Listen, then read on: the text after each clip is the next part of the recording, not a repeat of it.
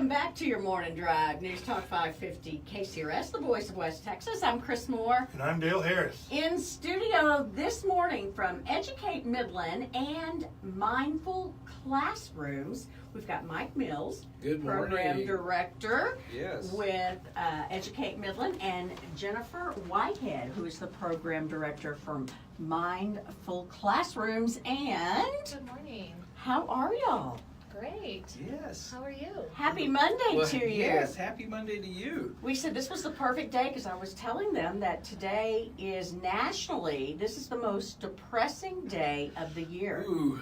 Now, how they determined this, I don't know, which actually works out really well because y'all try to teach and do teach balancing life in the school and so much more. Give us a kind of a roundabout update on Sure. what all y'all do. So, Educate Midland, we're a collective impact organization focused on education, which means we're looking at seeing change in education come from all different cross sectors of our community, from Yes, sir. business to city to county, to all types of nonprofit partnerships to bring support into our schools to help our kids, help our families be successful. And we're looking at education from cradle to career. And one of the things we looked at as I'm also a parent at Midland ISD. I have a daughter who's graduating this year at Midland High. And I sit on the School Health Advisory Council for Midland ISD. And I chaired a subcommittee where we were looking at social emotional learning. And one of the tools we were looking at is mindful practices. And we found a curriculum in Austin being used at Austin ISD called Mindful Classrooms, which was written by a pre-K teacher who began to implement this in his classroom after he had personally gone through some huge changes in his life. And practicing mindfulness was transformative to him, and he thought, let me see how this works in a classroom. Well, all of his coworkers started seeing the Pied Piper working, and these kids were transforming and changing. His coworkers started, what are you doing in there? And James began to share, and then that spread. And then the next thing he knew, the district was calling, said, what are you doing with this school? And they brought him into their social emotional learning as a director over the whole school district. He wrote a curriculum, and our subcommittee found it. We partnered with the YMCA, who was sitting on our subcommittee. Amy St. Pierre was the health and wellness director for the Y. And then me working with Educate Midland, part of our job is bringing people together. So Amy stayed in my office and said, Mike, I want to be the champion of this program, and I will tell you in anything, if you have a champion, you can get there. So Amy took it on. We found some funding. We were able to buy the curriculum. Amy began to train counselors and teachers, and we have Travis Elementary, who's now coming online, and this last semester began to implement this. Alamo Junior High is coming online this semester, but Amy did something. She left us. Oh. I know, and she didn't ask permission. She Amy. She's down in Fort Davis, so we could talk to her.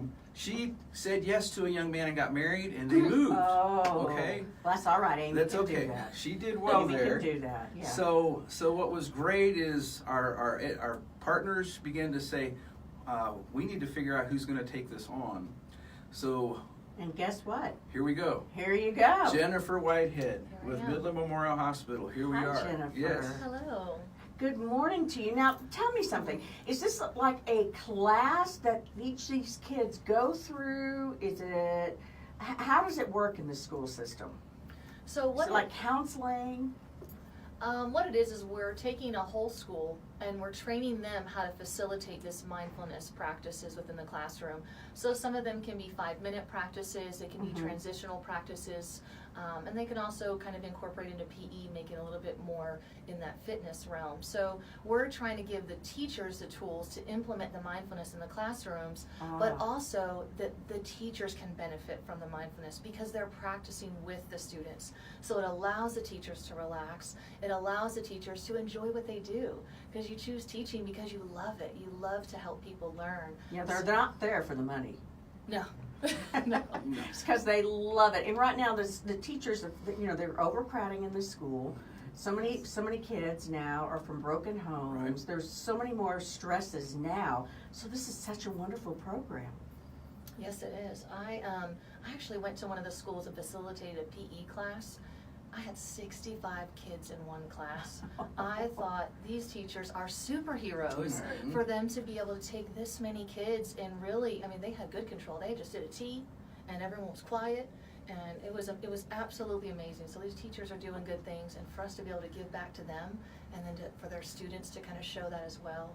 Now, incorporating it into a PE class, how do you do that? Is it like cardio, or do you tell them relaxation, breathing techniques? How do you incorporate that into a PE class? It's all of it. All of the above. We have a little centering where we sit there and just check in.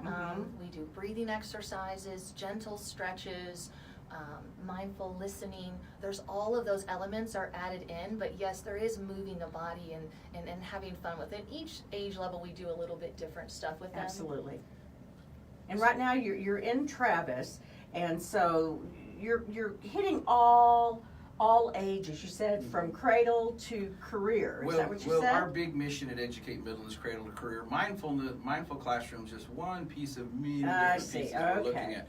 But this program is awesome in that it helps our teachers have a tool that can come in and take a classroom that say they just got back from PE or got back from recess or from lunch, and the kids are amped up.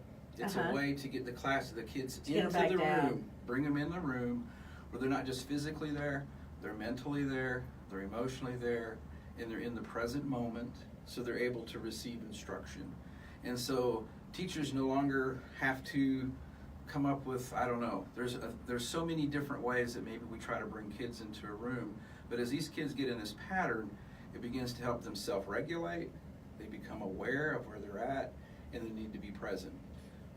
That's what we're excited about with this. Well, give us an example. Let's say I just came in from PE or lunch. Let's say lunch. I just came back from lunch, and I'm running into the classroom. There's 45 kids. We're all running in. We just had snack bar, and we just played and talked about the movies we played and the games, and we're running in the. What do you do? You sit them down and you say what? I'd sit them down and have them close their eyes if they felt comfortable and start to just listen. Listening is the first key of our senses to bring us into the present moment. So listen, I like to have a little chime, and they close their eyes and breathe, and I ask them to listen, and when they hear the chime end, they put their hand on their belly. So it takes them very present to where they have to listen to hear when that long bell starts to end. And then it just calms them because they're focusing on their breath, which your breath is connected to your nervous system. So we're scientifically relaxing the nervous system after being amped up and all that food and, fun times happening. Oh, well, that's a great idea. So that's just part of it, though. That's just part of, you do the relaxation, you do that. What other things do you offer? Well, with Mindful Classroom, there's a whole curriculum. So I sat in a first grade class at Travis to observe last semester.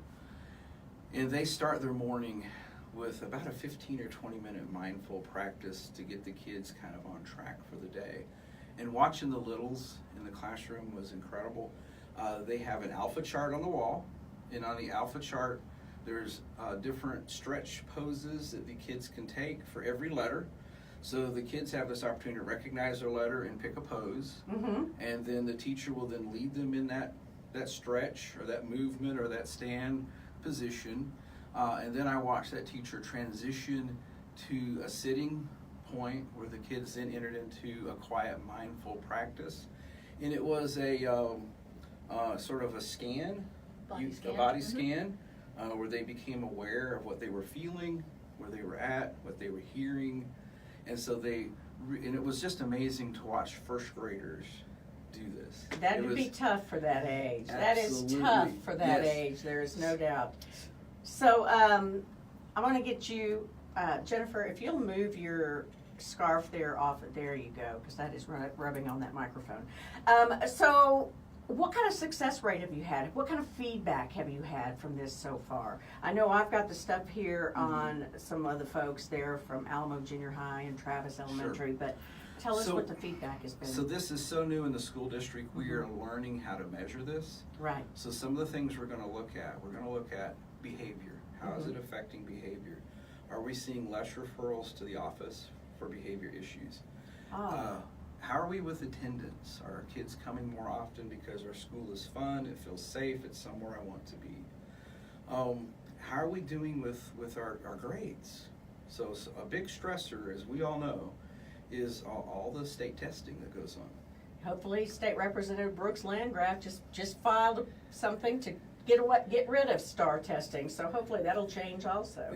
That would be nice. Wouldn't that be nice? But That would be until good. And it would be nice if that system changed. But what we want to do is help our kids learn how to manage their stress. yes, No matter the kind of system we may have to navigate in life, right? absolutely. We wish we could always change the things that are tough, but it doesn't always work that way.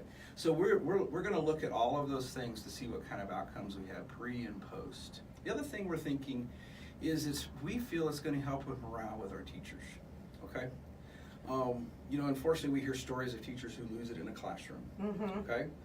And when I heard about a situation at one of our junior highs in Midland, my heart hurt because I realized that if this tool had been implemented, maybe, I can't say for sure, but maybe that teacher would have had some tools to de-escalate a situation that was going on in a classroom versus an embarrassing public moment.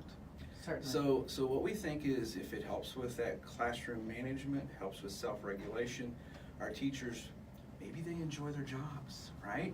Right. And maybe they're like, I want to stay here, I don't want to leave. So we hope that it can impact all of that.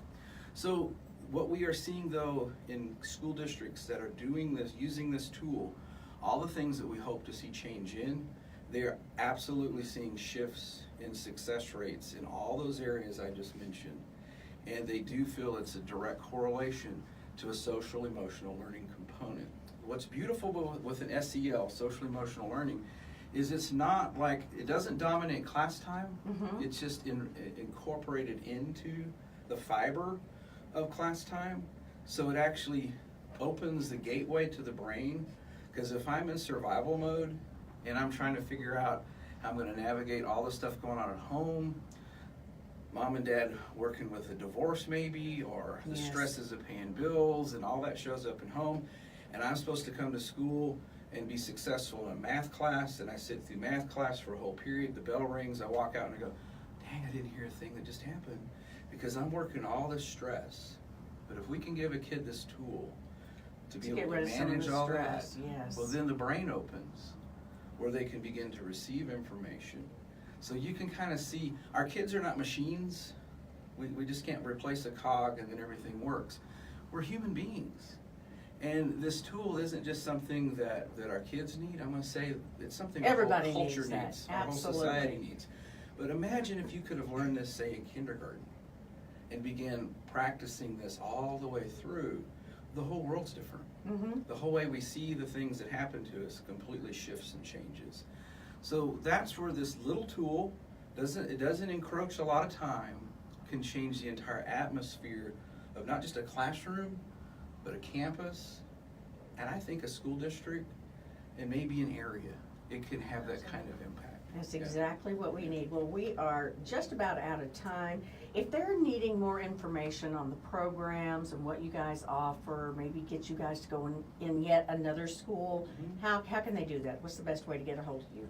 So contact Educate Midland. We have a website.